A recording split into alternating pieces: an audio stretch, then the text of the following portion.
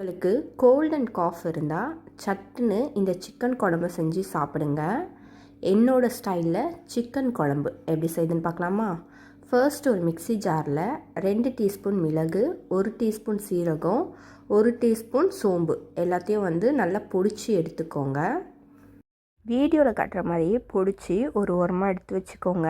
ஒரு கடாயில் 3 table spoon எண்ணெய் விட்டுட்டு கொஞ்சோண்டு சோம்பு, 3 பச்சை மிளகா, ஒரு கொத்து கருவேப்பிலை பொரிஞ்ச உடனே 3 வெங்காயத்தை நல்லா பேஸ்ட் மாதிரி அரைச்சி வச்சு அதை ஆட் பண்ணிக்கிறேன். வெங்காயம் ஓரளவுக்கு வதங்கின உடனே 2 தக்காளியை பேஸ்ட் மாதிரி அரைச்சி அதையும் ஆட் பண்ணிக்கோங்க.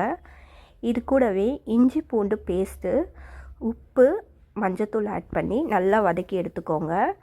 இது நல்லா ஒரு அல்வா பதத்துக்கு வந்த உடனே மிளகாய் தூளும் கரம் மசாலாவும் ஆட் பண்ணி நல்லா வதக்கி எடுத்துப்போம். இதோட ரா ஸ்மெல் எல்லாமே போனோன்னே நல்லா க்ளீன் பண்ணி வச்சுருந்த சிக்கனை ஆட் பண்ணிவிட்டு சிக்கன் மேலே இந்த மசாலாஸ் எல்லாமே கோட் ஆகிற அளவுக்கு மிக்ஸ் பண்ணி எடுத்துக்கலாம்.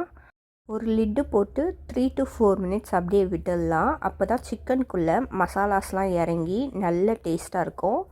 இப்போது குழம்புக்கு தேவையான தண்ணி ஆட் பண்ணிவிட்டு குழம்பு நல்லா கொதித்து வந்த உடனே நம்ம பொடிச்சு வச்சுருந்த மசாலாவை ஆட் பண்ணிக்கோங்க.